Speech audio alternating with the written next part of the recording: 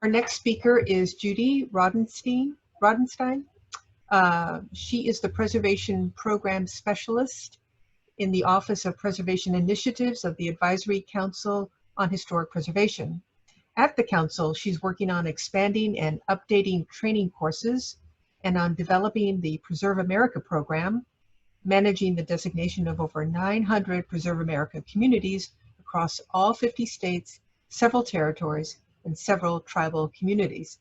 Judy currently works on various policy initiatives and manages the Advisory Council's internship program. Thank you, Julie. Oh, you're welcome. Can you hear me okay? I can. Okay. The ACHP is a small independent federal agency created by the National Historic Preservation Act. We promote the preservation, enhancement, and productive use of our nation's diverse historic resources and advise the President and Congress on national historic preservation policy. The Advisory Council represents participants in preservation at local, state, and national levels, including federal agencies, state historic preservation officers, and tribal historic preservation officers. Federal agencies are represented on the Council by the Departments of Interior and Agriculture and 7 other federal agencies designated for terms by the President. The Architect of the Capitol and the President of the National Trust for Historic Preservation also sit on the Council. Our citizen and expert members, including our chair and vice chair, are appointed by the President, as are a governor and a mayor and a Native American or Hawaiian representative. Observers, including the National Alliance of Preservation Commissions, participate to enrich the expertise and the viewpoints represented around the table. We also have a small professional staff here in Washington to support the Council. The Advisory Council on Historic Preservation strives to ensure that federal agencies implement their work in harmony with the National Historic Preservation Act. Section 106 of the Act requires federal agencies to consider the effects of projects that they carry out or approve or fund on historic properties. The ACHP has published regulations that guide federal agencies and other participants in the Section 106 review process that you've heard about several times earlier today. As Jim noted, Section 106 review applies not only to federal agency projects on land, buildings, or other properties federal agencies own or manage, but also to projects receiving federal grants, requiring federal licenses, or needing federal permits. Section 106 reviews are carried out only when there is federal involvement and the project activity is of a kind that has the potential to affect historic properties. Federal agencies have 2 basic responsibilities under Section 106 of the National Historic Preservation Act: to take into account the effects of its actions on historic properties, and to provide the Advisory Council on Historic Preservation an opportunity to comment. The Advisory Council on Historic Preservation's regulations provide more specific direction to agencies about how to do these 2 basic things. The National Register criteria are important for Section 106 because only listed or eligible properties are afforded consideration in the review process. Section 106 review is a public process that allows for the involvement of diverse stakeholders. Section 106 requires that federal agencies work with others to gather information and make decisions during the review. State or tribal historic preservation officers are important partners in almost all reviews, and agencies must also consult with federally recognized Indian tribes and Native Hawaiian organizations. Local governments and other individuals and organizations that have a legal, economic, or historic preservation interest in the undertaking can get involved as consulting parties as well. The federal agency is responsible for compliance with the law and all decisions made in the course of a review. The ACHP's regulations establish a 4-step process for handling any effects that may result to historic properties when the agency is doing whatever it is that they do. First, agencies must identify and locate potentially affected historic properties in consultation with other stakeholders. Then they assess whether the project may result in harm to the qualities that make a historic property significant. Finally, they negotiate measures to avoid, minimize, or mitigate any adverse effects. Consultation is key to the review. It offers a seat at the table when the federal agency discusses its plans as they relate to historic properties, and it affords the consulting parties the chance to share relevant information, ask questions of the federal agency, and suggest alternatives. Resolving the adverse effects and developing memoranda of agreement is where the process can get creative and even exciting when the creativity is applied to coming up with the best possible solution that allows the federal agency to do what it needs to do, yet takes into consideration the historic properties it might adversely impact.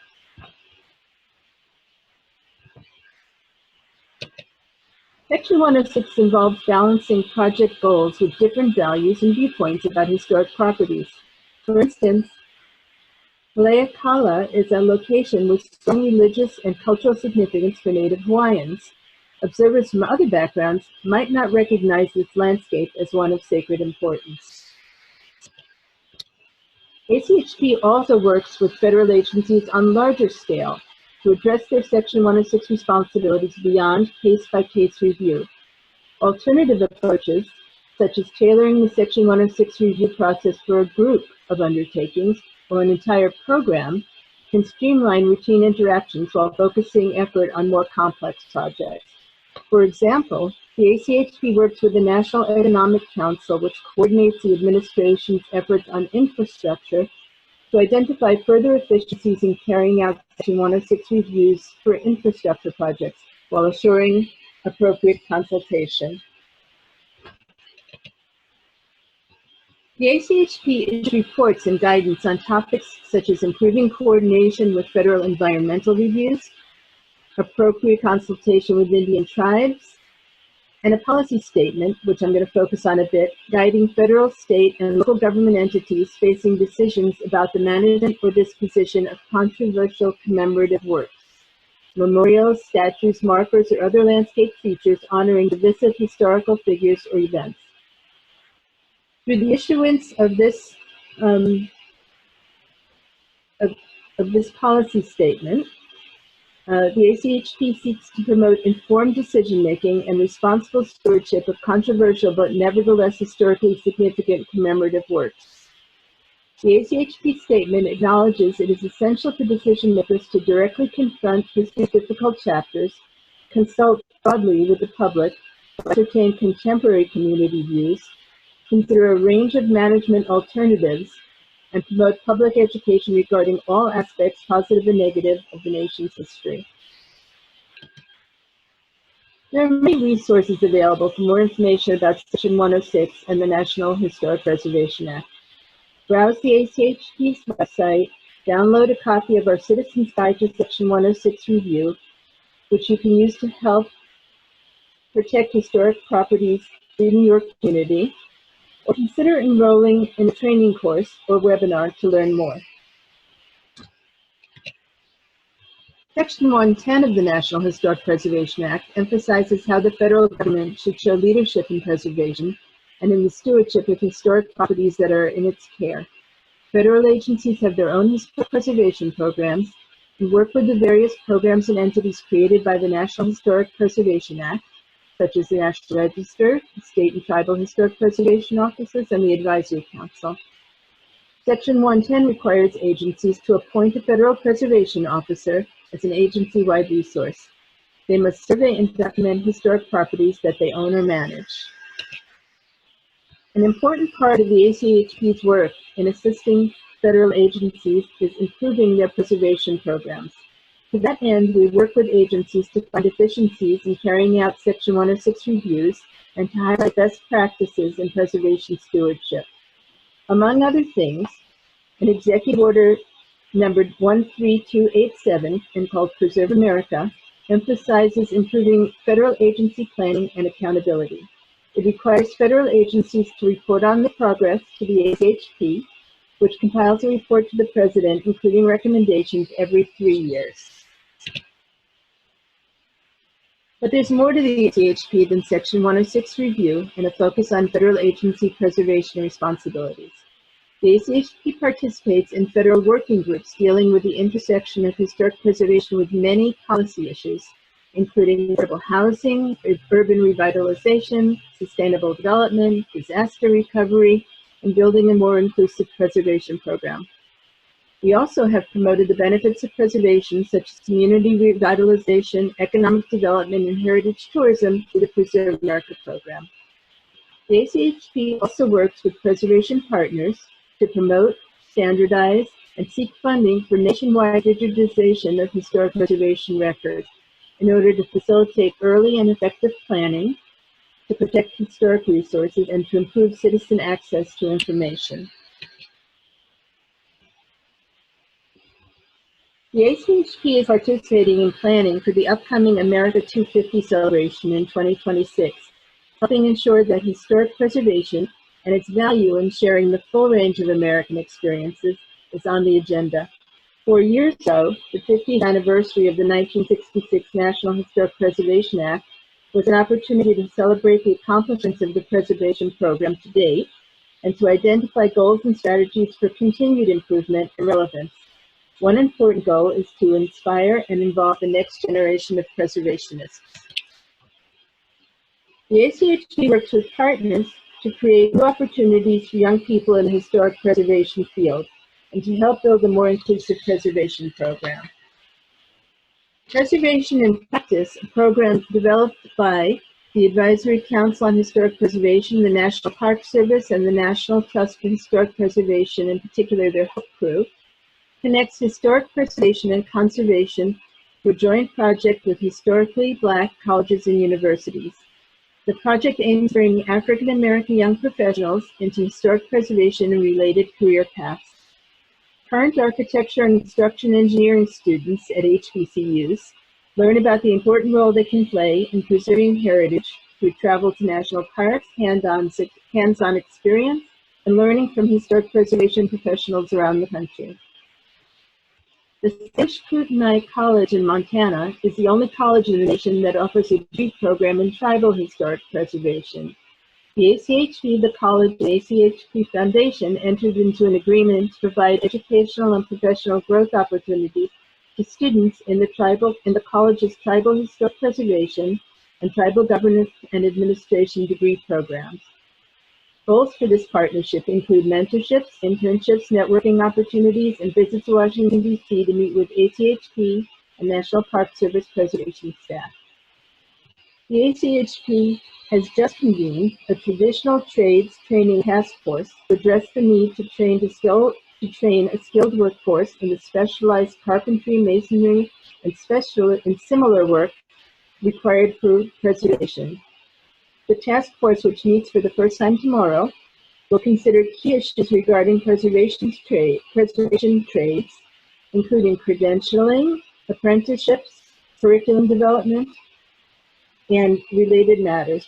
By exploring current opportunities and future possibilities, the group will develop a set of recommendations for federal action. For more information on the ACHP, you can check out our website, our YouTube channel that you can subscribe to, our publications, our Facebook pages. There are 3 of them. A general page, one that focuses on youth and preservation, and one that focuses on Indigenous youth, Native youth, and you can follow us on Instagram or Twitter. Thank you for your interest, and feel free to contact me with follow-up questions. All right, I have unmuted myself. I remember to do it this time. Thank you so much, Judy. It's really interesting to hear about what other internship programs are doing, and they all look really, really fabulous. I'm going to bring up my screen, if I can find it. Yeah. And let's see. If you have any more questions or want to take a Q&A one-on-one with any of our speakers, I do have here emails of all of the speakers. And of course, you can contact me directly or Paloma and get the information. Also, as I mentioned in the Q&A, this session is being recorded and it is going to be uploaded to NCPE's YouTube channel, which you can find under National Council for Preservation Education, and you'll have to look for it under that. There's not anything there right now, so if you do a search right now, there you may not come up. So once I get this up, it'll be a day or so, as well as closed captioning. That will, hopefully you'll be able to find it then. Here is a list of our future webinars hosted by the National Council and the Cultural Resources Partnership and Science Directorate of the National Park Service. The next one takes place July 9th at 2:30 in the afternoon, not 2 o'clock like the others. There's also one July 21st and August 11th. I want to thank all of our speakers today, all of our participants for joining in, and thank you all for being such an engaging group and so educational. Yes, thank you. Thank you, Julie. Thank you, all presenters. Thank you for everyone for sticking with us past 3:30. I really appreciate it. We just have so much good content. Please let us know if you have any questions. We all do really love answering your questions. The questions we got were really good. So thank you. And I hope you join us for our next webinar, which will be focused on park programs. Today you heard from our community programs. Next one will be park specific, park service specific. Thanks. Excellent. Okay, thank you so much. And I'm going to sign out if I can figure out how to do that. And so long.